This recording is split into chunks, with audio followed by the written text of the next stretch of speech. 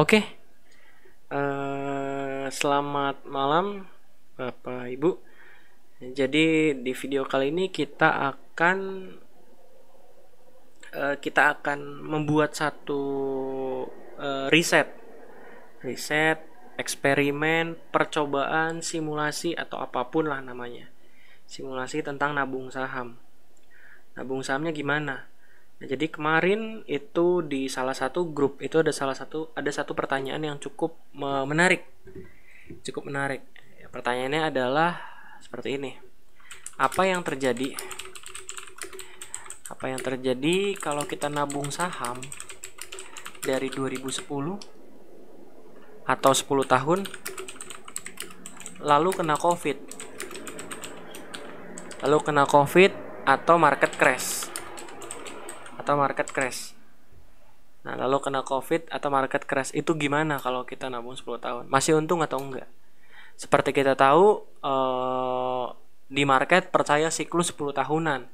Jadi gampangnya di simulasi ini itu akan membuktikan atau akan ngasih hasil lah, bukan membuktikan, tapi ngasih gambaran. Kira-kira kalau kita nabung di tahun pertama, terus nabung terus sampai 10 tahun, ternyata di tahun ke-10 apesnya kena siklus dan terus marketnya crash, kita masih untung atau enggak? Kurang lebih seperti itu. Nah, di sini studi kasusnya saya buat simulasinya adalah nabung saham atau dollar cost averaging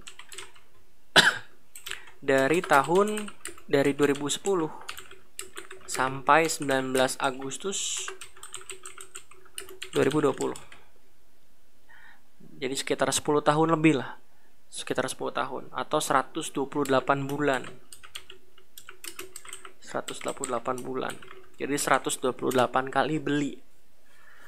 Nah, di sini yang dianggarkan itu adalah 5 juta per bulan. Kenapa 5 juta? Kenapa nggak 100 ribu? Kenapa nggak 300 ribu? Kenapa nggak 200 ribu? Karena sistem backtestnya itu cuma bekerja kalau di periode pertama atau di tanggal pertama di 1 Januari 2010 ini itu sahamnya kebeli atau uangnya cukup. Kalau uangnya nggak cukup, nanti jadi error sistemnya.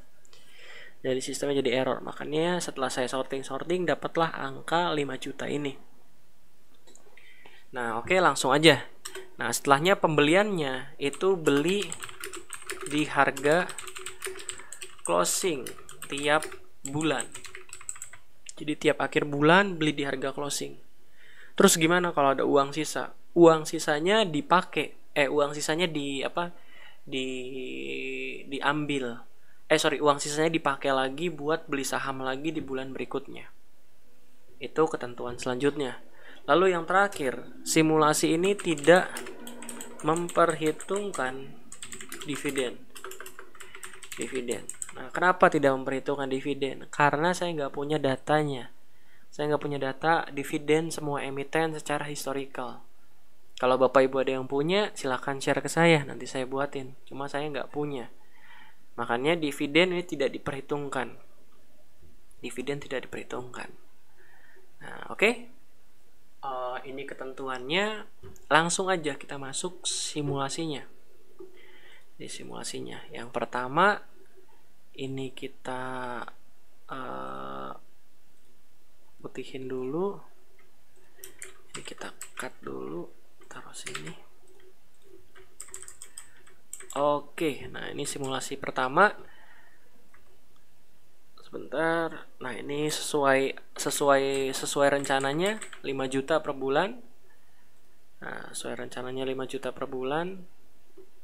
Nah, 5 juta per bulan, jadi setiap bulan 5 juta, masuk terus 5 juta sampai bawah. Dari saham ABA sampai saham zone. Nah, hasilnya seperti ini.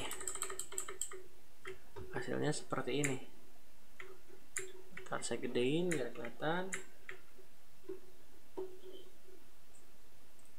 Oke, nah di sini ada presentasenya. Jadi saham ABA dapat harga average 72, harga lastnya 50, atau di keseluruhan ya masih rugi 30%.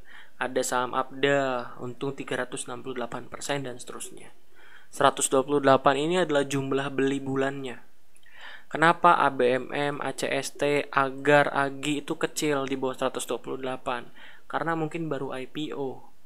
Jadi baru dibeli ya mungkin pertengahan 2015, banyak bulannya cuma 50 misalkan. Di itu count itu maksudnya banyak bulan. Nah, value ini adalah rata-rata transaksi tahunan selama 10 tahun terakhir. Jadi selama 10 tahun terakhir dirata-ratakan rata-rata transaksinya seperti ini. Rata-rata transaksi seperti ini. Nah, kita coba sort dari yang paling gede. Itu ada BRPT, ada INAF, ada ARTO, ada DENET, ada TPIA, BCIC, dan seterusnya. Jadi yang untung, yang ruginya ada, kita lihat, kita sort aja. Yang ruginya ada Pool, ada Tara, ada Apex, ada ACST, ada Same, SKYB, WNSP, Betek, dan seterusnya. Ada Tele, dan seterusnya. Ini saham-saham bermasalah rata-rata. Ya, ACST, emang gitu ya grafiknya? Oh iya, mengerikan. ACST. Oke. Nah, kalau Bapak Ibu lihat di sini, ini banyak saham-saham yang gak liquid. Saham BRI, BNI, BCA itu nggak kelihatan di sini. Ketutupan semua sama saham-saham third liner. Nah, ketutupan sama saham-saham third liner. Jadi di simulasi selanjutnya saya buat simulasi mengenai ini, mengenai saham-saham top 50. Jadi top 50 value transaksi tahunan itu ada BRPT, ada BCA, ada Cepin, ada BRI, ada ICBP, dan seterusnya. Nah, ini nama-nama sahamnya ini lebih dikenal, lumayan lebih dikenal lah daripada saham-saham tadi. Tadi kan ada apa nih? Ada ARTO, ada DENET, ada saham apa nih? Wiko, ada STTP, ini kita nggak tahu saham apa. Tapi di sini kita tahu, oh ICBP, Indofood, ada Cepin, Charon Pokpan, KLBF, BTPS, Unilever, Indi, lalu Mandiri, Inco, Telkom, dan seterusnya. Ini rata-rata kita kenal semua perusahaannya. Nah, ini paling besar ada BRPT, BCA, Cepin, BRI, ICBP, BTPS. Ini kurang lebih kayak gini lah. Nah, nanti Excelnya saya kasih, bukan Excel keseluruhannya ya, karena berat banget, komputernya nggak akan kuat. Jadi saya kasih summary ininya nih. Summary ininya saya kasih, silahkan dilihat-lihat aja. Summary ini saya kasih. Nah, ini kan hasil akhir. Kita nggak tahu pergerakan harganya sebelum COVID, sesudah COVID itu seperti apa. Nah, jadi kita akan lihat satu-satu nih. Kita nggak akan lihat semua saham, tapi kita akan lihat satu-satu sambil saya kasih apa ya? Bukan saya kasih, tapi sambil saya sharing tentang tips memilih sektor. Yang pasti likuiditas itu paling penting sih. Tips memilih sektor, likuiditas, dan seterusnya nanti kita akan lanjutkan di bagian selanjutnya. Nah, langsung masuk aja. Kita coba misalkan BBCA. Nah, kita masuk ke sini dulu. Nah, jadi tujuan dari nabung saham, bagi yang nggak tahu, tujuan dari nabung saham atau dollar cost averaging itu untuk cari ideal price, bukan best price. Apa bedanya, Pak? Kalau best price itu bottom, harga terendahnya, itu best price. Cuma ya orang nebak best price itu sangat susah, nebak bottom itu sangat susah. Jadi lebih gampang itu buat harga yang ideal atau ideal price dengan cara apa? Dengan cara nabung saham.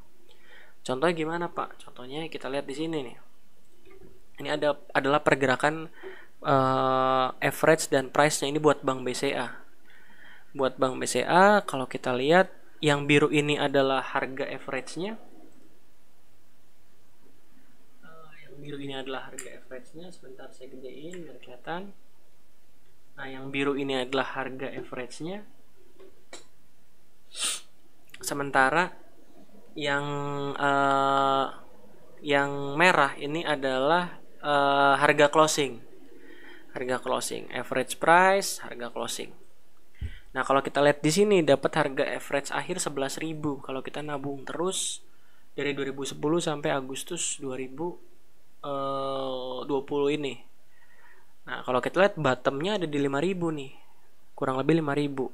Nah, ini yang kita maksud ideal price. Kita nggak bisa dapat bottom di harga 5.000, tapi at least kita bisa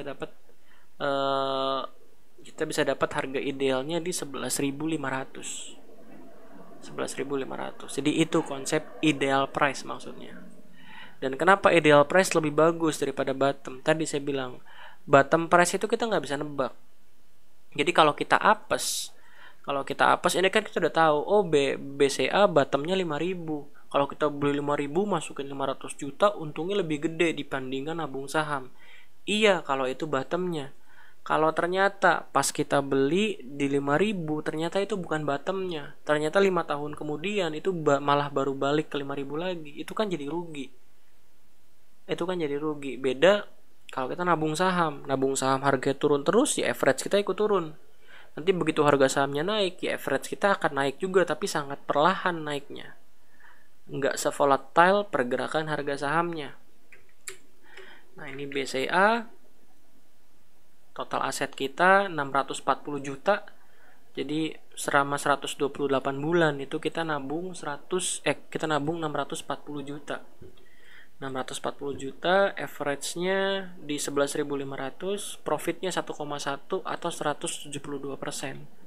Total asetnya di 1,7. Lebih seperti itu. Nah, lalu ada apa lagi? Misalkan kita lihat PBNI. Calculate. Nah, ini calculate-nya cukup makan waktu karena cukup berat filenya.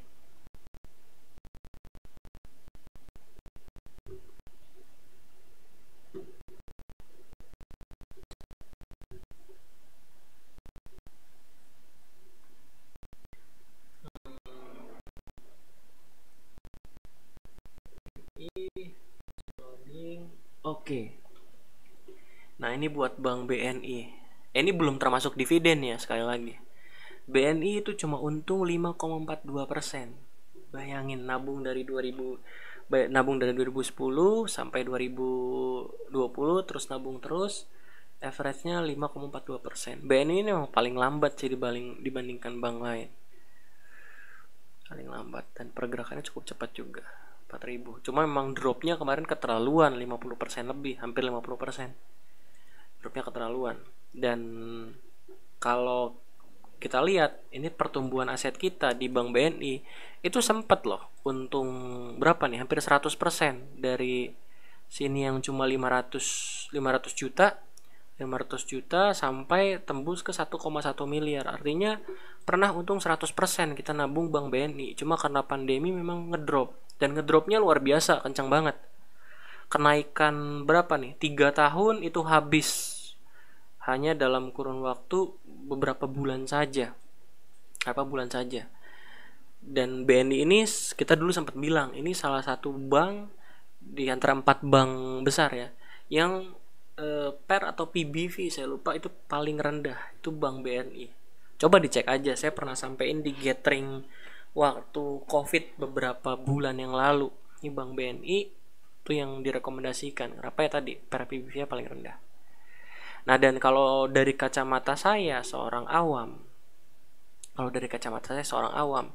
harga BNI sekarang silakan dianalisa lagi. Harga BNI sekarang itu ada di kisaran harga 2011 lah, 2011-2012. Itu artinya apa? Itu artinya saya bisa beli Bank BRI di harga 2011-2012 dengan fundamental 2020 dengan kinerja pertumbuhan aset sampai 2020. Artinya apa? Artinya dapat diskon banget. Beda sama BRI atau beda sama Mandiri, itu beda. Di BNI ini makanya mungkin kenapa PER PBV-nya paling rendah dibandingkan bank-bank lain, bank besar lain. Cuma silakan dianalisa dulu aja. Oke. Nah, terus ada apa lagi? Nah, ini kan banking. Jadi banking ya sektornya seperti ini. Kalau marketnya crash, ya ISG-nya crash, ya banking yang pertama jatuh. Tapi kalau marketnya recovery, banking yang pertama naik. Jadi makanya kenapa saya bilang investasi kalau di atas 10 tahun, di atas 5 tahun itu belilah saham perbankan atau consumer. Contohnya misalkan Unilever. Unilever kita calculate lagi. Ini kita tunggu loading.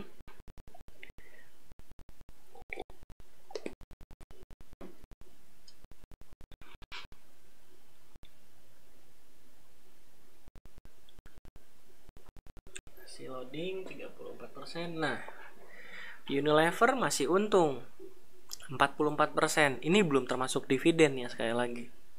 Belum termasuk dividen. Unilever untung 44%. Bahkan di high-nya, di peak-nya, total aset kita sempat 1,1 miliar dari total modal yang ditanamkan 400. Artinya untung 100% lebih. Sempat di Unilever untung 100% lebih. Cuma ya sekali lagi terpukul Covid langsung rugi, dan kita kan langsung averaging lagi, average-nya naik. Nah, di ini consumer sama banking yang ngikut ESG. Nah, selanjutnya komoditas gimana, Pak? Nah, saya selalu bilang ke teman-teman semua yang mau investasi, jangan pernah investasi, atau bukan jangan pernah ya, tapi berhati-hatilah, itu lebih elok mungkin dibandingkan jangan pernah. Berhati-hatilah berinvestasi di saham komoditas. Kenapa? Saham komoditas itu sangat bergantung pada harga komoditasnya. Sangat bergantung, dan komoditas itu kita tahu mainnya siklusan. Jadi kalau kita belinya salah timingnya, itu 10 tahun pun itu belum untung. 10 tahun pun belum untung. Coba deh Bapak Ibu lihat kinerja pergerakan harga saham, consumer banking dipecah per 3 tahun sama digabungin langsung 10 tahun. Itu pasti kelihatan. Ada di momen-momen dimana 3 tahun saham komoditas naiknya bisa luar biasa dibandingkan saham perbankan. Nah, ini contoh TMG. Lihat ya. Dari low-nya 2015, low-nya berapa nih? 4.800 di 2016. Nyampe ke 30.000 pada 2018, 16, 17, 18. Bahkan 18-nya ini awal tahun, 1 Januari. Berarti cuma butuh 2 tahun buat naik dari 4.000 ke 30.000. Berapa ratus persen tuh? 300-400%. 300-400% lebih.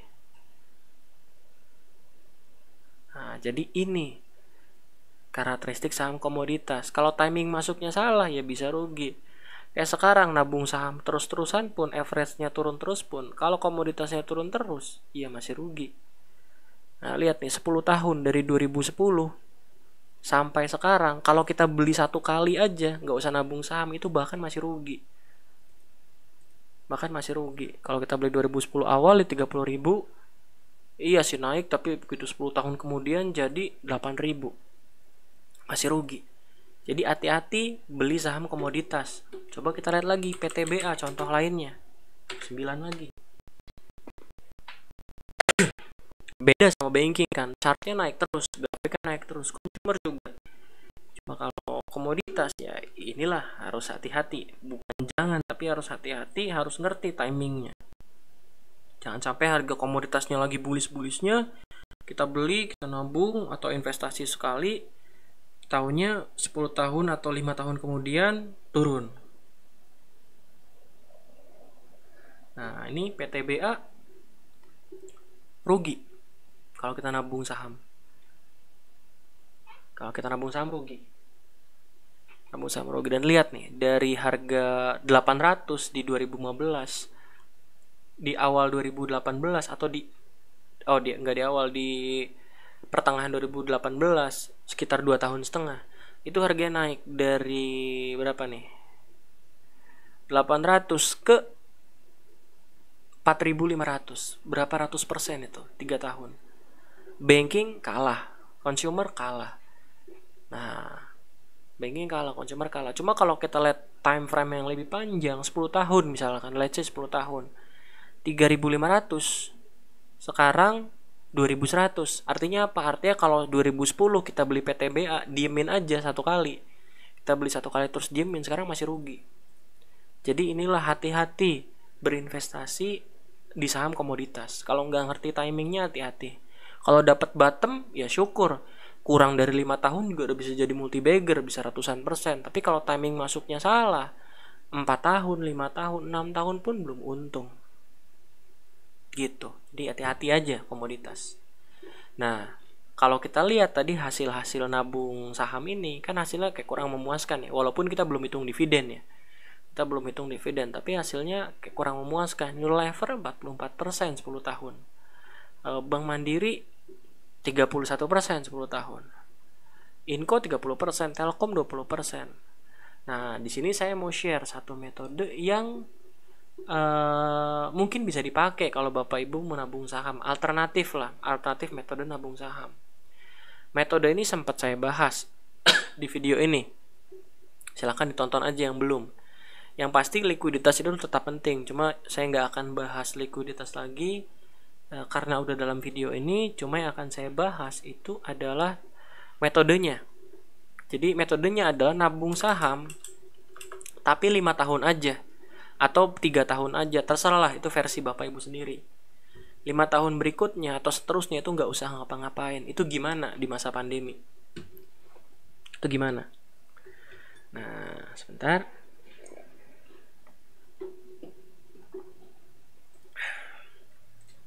Nah, sekarang kita coba. 2010 5 tahun. 10, 11, 12, 13, 14. Berarti kita nabung sampai 2014. Nabung sampai 2014.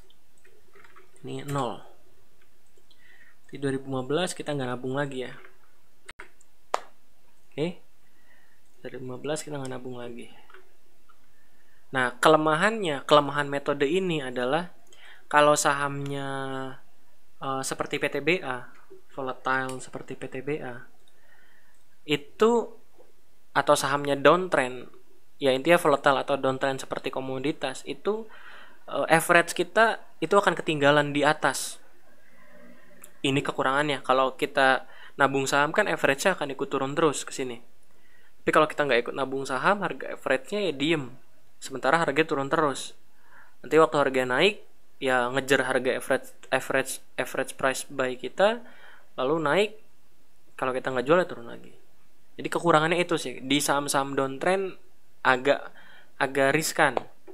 Cuma kita lihat di saham-saham BBRI misalkan.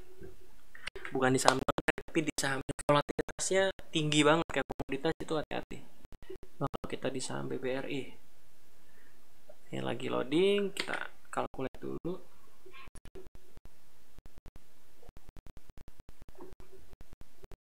Jadi saham BRI deh, saham BRI boleh.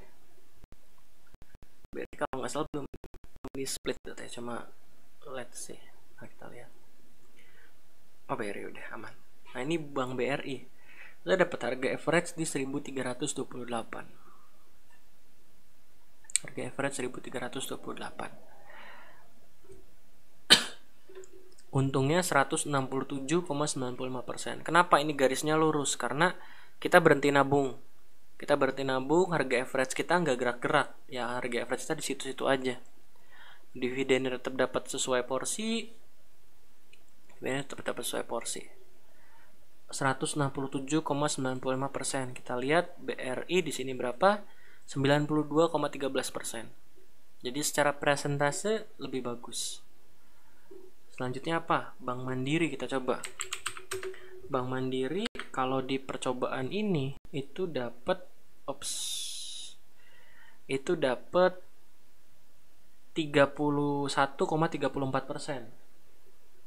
31,34%. Bank Mandiri. Sekarang kita lihat Bank Mandiri di sini dapat berapa. Jadi beli 5 tahun di min. Bank Mandiri dapat 64,29%. Lebih baik. Terus apa lagi? Misalkan BBNI. BBNI tadi sempat hampir rugi juga kan? BBNI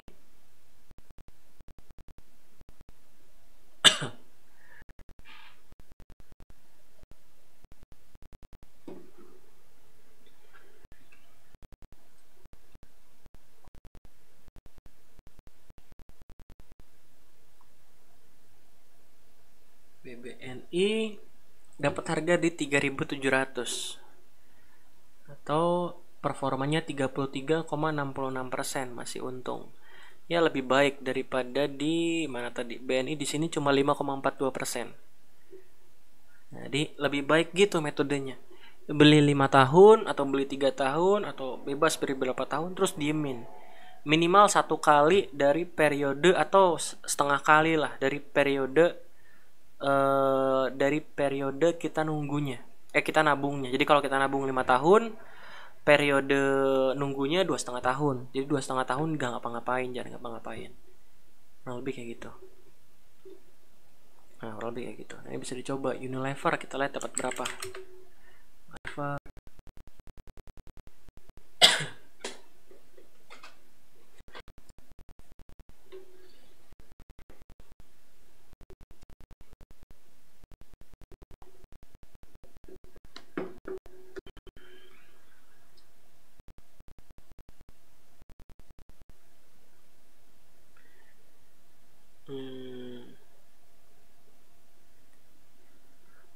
Oke, Unilever dapat average di 4.000. Bahkan masih untung. Dan kalau kita lihat sempat dengan modal 300 juta, uang kita sempat hampir peaknya 800 juta atau untung sekitar 170-an persen lah. Jadi di sini untungnya 100%, 100,9. Kita lihat Unilever di sini di 44,65%. Jadi lebih baik gitu. Beli 5 tahun stop, nggak usah beli lagi. Beli 5 tahun stop, nggak bisa beli lagi. Tapi ya metode seperti ini lebih oke dipakai di saham-saham yang defensif, consumer atau banking, sama seperti nabung saham. Hati-hati di saham batubara, di saham komoditas itu hati-hati. Saham komoditas coba deh kita lihat Antam. Antam kan lagi naik tuh belakangan tuh, kita lihat.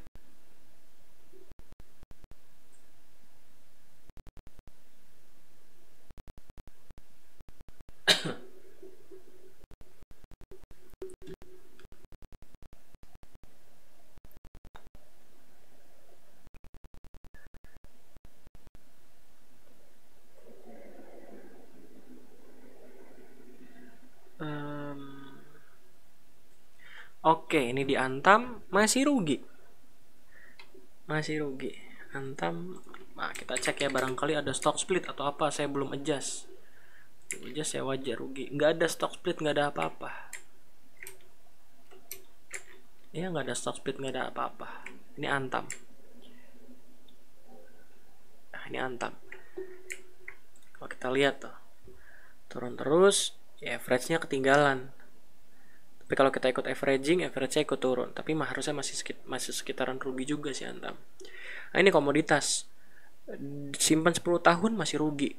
Saya pernah waktu itu Public Expose Antam. Terus ada ibu-ibu datang. Ibu-ibunya nanya, "Pak, saya udah pegang Antam dari 2010 atau 2011 saya lupa. Cuma waktu itu Public Expose 2016 atau 17 saya lupa, sekitaran 16-17. Dia bilang, tapi sampai sekarang saya belum untung. Dia bilang, sampai sekarang saya belum untung. Itu bilang si ibunya di Public Expose. Itu agak menarik, ibunya bilang seperti itu. Saya 10 tahun belum untung. Jadi inilah hati-hati investasi di saham komoditas. Timingnya salah, 10 tahun belum untung. Gitu sih. Paling dari saya itu Excelnya nanti saya kasih, Excel yang ini yang saya kasih ya. List saham ini yang saya kasih. List saham yang saham average, last profit end dan seterusnya. Buat Excel ininya yang ini saya nggak kasih. Kenapa? Ya ini untuk keperluan riset pribadi saya. Kecuali Bapak Ibu mau buat sendiri ya silakan. Cuma saya nggak akan kasih yang ini buat riset pribadi. Oke, mungkin sampai di sini videonya. Semoga bermanfaat. Sampai jumpa di video selanjutnya. Terima kasih.